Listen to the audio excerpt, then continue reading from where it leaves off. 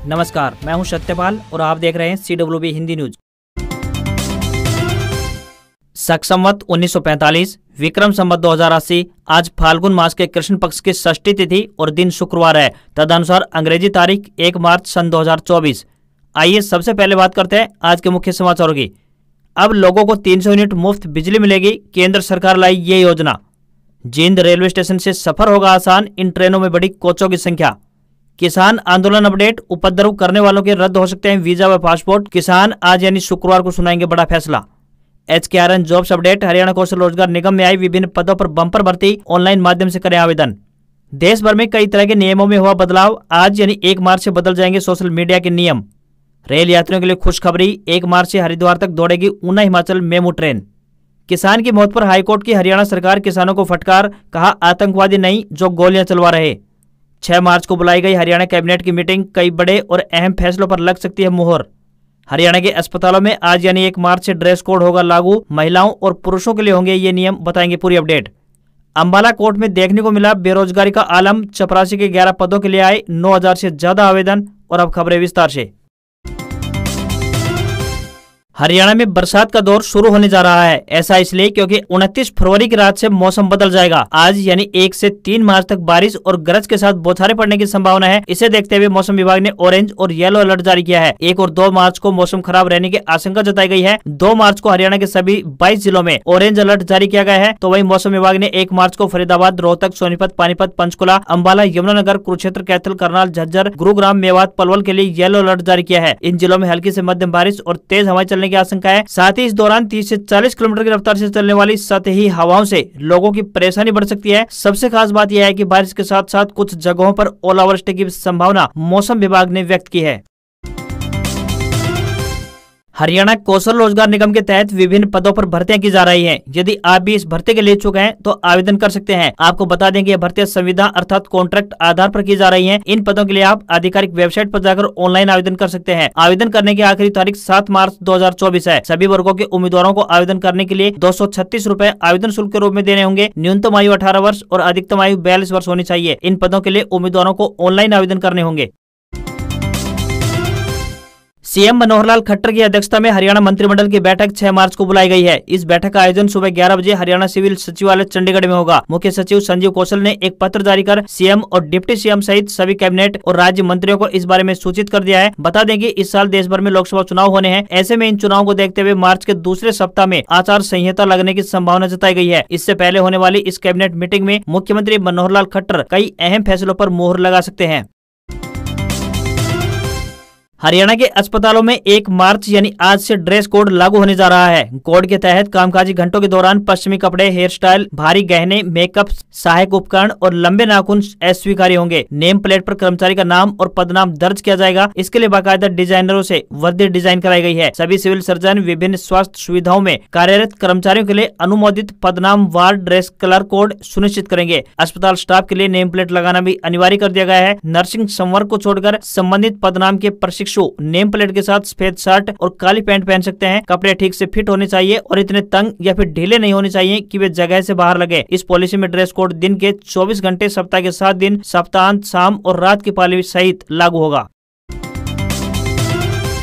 हरियाणा में Indian national Lokdal party के प्रदेश अध्यक्ष नफे सिंह राठी मर्डर केस में चौंकाने वाला खुलासा हुआ है। उनकी हत्या की जिम्मेदारी लॉरेंस बिश्नोई गैंग से जुड़े गैंगस्टर कपिल सांगवान उर्फ नंदू ने ली है। इसको लेकर उन्होंने इंस्टाग्राम पर एक पोस्ट भी शेयर की है। साथ ही नफे सिंह राठी और गैंगस्टर मंजित माहल का एक फोटो भी अपलोड किया है। इंस्टाग्राम पर अपलोड की गई पोस्ट में नंदू गैंगस्टर ने लिखा है कि नफे सिंह राठी की हत्या मैंने करवाई है। माहल से दोस्ती के कारण राठी को मौत के घाट उतारा गया है। नफे सिंह मंजित माहल के भाई संजय के साथ प्रॉपर्टी पर कब्जा करने का काम करता था। आगे लिखा है कि जो भी मेरे दुश्मनों के साथ खड़ा होगा उसका यही अंजाम होगा। नंदू ने आगे लिखा है कि मेरे जीजा और दोस्तों की हत्या में राठी ने माहल को सपोर्ट किया था। जो मेरे दुश्मनों को सपोर्ट करेगा उसका यही असर होगा। राठी ने पॉलिटिकल पावर का फायदा उठाते हुए कितने लोगों का मर्डर और प्रॉपर्टी पर कब्जे किए हैं, बहादुरगढ़ के लोग अच्छी तरह जानते हैं, लेकिन डर के मारे कोई कुछ नहीं बोल पाता। गैंगस्टर नंदू ने कहा है कि अब जो ये पुलिस इतनी एक्टिव दिखाई दे रही है, यदि मेरे जीजा और दोस्तों की हत्या के टाइम इतनी एक्टिव होती तो आज मुझे अपराध करने की कोई आवश्यकता नहीं पड़ती। नफे सिंह राठी की मंजित माहल के साथ फोटो शेयर की गई है और लिखा है कि जो भी नेता लाठी को शरीफ और नेक इंसान बता रहे हैं वो एक बार इस फोटो को जरूर देख लें। वहीं इस पोस्ट को लेकर हरियाणा पुलिस का कहना है कि इसकी जांच की जा रही है। बता दें कि कपिल सांगवान उर्फ नंदू नई दिल्ली के नजफगढ़ इलाके का रहने वाला है और फिलहाल यूके में बैठकर गैंग को ऑपरेट कर रहा है। फिलहाल इस मामले की जांच सीबीआई को सौंप दी गई है। राम रहीम को बार बार पैरोल देना हरियाणा सरकार को भारी पड़ गया। पंजाब और हरियाणा हाईकोर्ट ने हरियाणा सरकार को फटकार लगाई और बार बार पैरोल देने पर सवाल उठाया है। इसके अलावा अन्य कैदियों के पैरोल आवेदन और उस पर लिए गए निर्णय का ब्यौरा तलब किया है। गुरमीत राम रहीम को लगातार पैरोल मिलने के मामले में पंजाब और हरियाणा हाईकोर्ट ने कड़ा रुख अपनाते हुए हरियाणा सरकार को जमकर फटकार लगाई है। हाईकोर्ट ने कहा है कि क्यों केवल राम रहीम को ही बार बार पैरोल मिल रही है, बाकी कैदियों को क्यों लाभ नहीं दिया जाता। हाईकोर्ट ने हरियाणा सरकार को आदेश दिया है कि अब अदालत की अनुमति के बिना राम रहीम को पैरोल नहीं दी जाएगी। कोर्ट ने यह भी पूछा है कि जिस केस में डेरा मुखी को सजा सुनाई गई है उसी अपराध के अन्य कितने दोषियों को आज तक कितनी बार पैरोल और फरलो दी गई है और कितनी अर्जियां अब तक पेंडिंग है। कोर्ट ने यह भी स्पष्ट कर दिया है कि अब राम रहीम को अदालत की मंजूरी के बिना पैरोल नहीं दी जाएगी।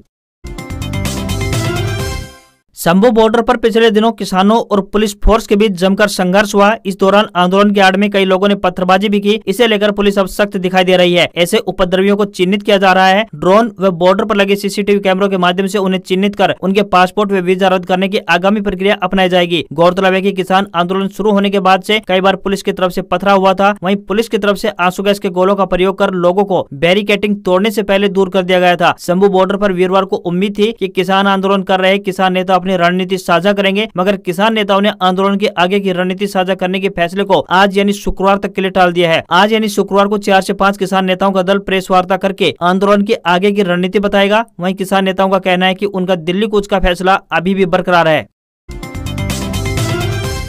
हरियाणा के जिला जींद के रेलवे स्टेशन से बड़ी संख्या में लोग सफर करते हैं, मगर कई बार भीड़ इतनी ज्यादा होती है कि सफर करना मुश्किल हो जाता है। ऐसे में त्योहारी सीजन के कारण ट्रेनों में यात्रियों को भीड़ से राहत दिलाने के लिए रेलवे ने कदम उठाया है। अब रेलवे प्रबंधन ने 4 एक्सप्रेस ट्रेनों के डिब्बे बढ़ा दिए हैं। इन एक्सप्रेस ट्रेनों में वातानुकूलित, आरक्षित और जनरल कोच बढ़ाए गए हैं। 1 मार्च से यानी आज से लेकर 1 अप्रैल तक इन कोचों के साथ एक्सप्रेस ट्रेनें चलेंगी और इसके बाद ये कोच हटा दिए जाएंगे। बता दें कि गाड़ी संख्या 19,701 और 2 जयपुर दिल्ली कैंट जयपुर ट्रेन में 1 से 31 मार्च तक अस्थायी डिब्बे की बढ़ोतरी की गई है। गाड़ी संख्या 12,482 व 81 श्री गंगानगर दिल्ली में डिब्बे की अस्थायी बढ़ोतरी की गई है। तो वहीं श्री गंगानगर एक्सप्रेस ट्रेन में श्री गंगानगर से 1 से 31 मार्च तक एवं दिल्ली से 2 मार्च से लेकर 1 अप्रैल तक डिब्बों की अस्थायी बढ़ोतरी की गई है। वहीं गाड़ी संख्या 14,731 व 32 दिल्ली बठिंडा दिल्ली एक्सप्रेस ट्रेन में दिल्ली से 1 से 31 मार्च तक तथा बठिंडा से 2 मार्च से लेकर 1 अप्रैल तक 3 साधारण श्रेणी डिब्बों की अस्थायी बढ़ोतरी की गई है।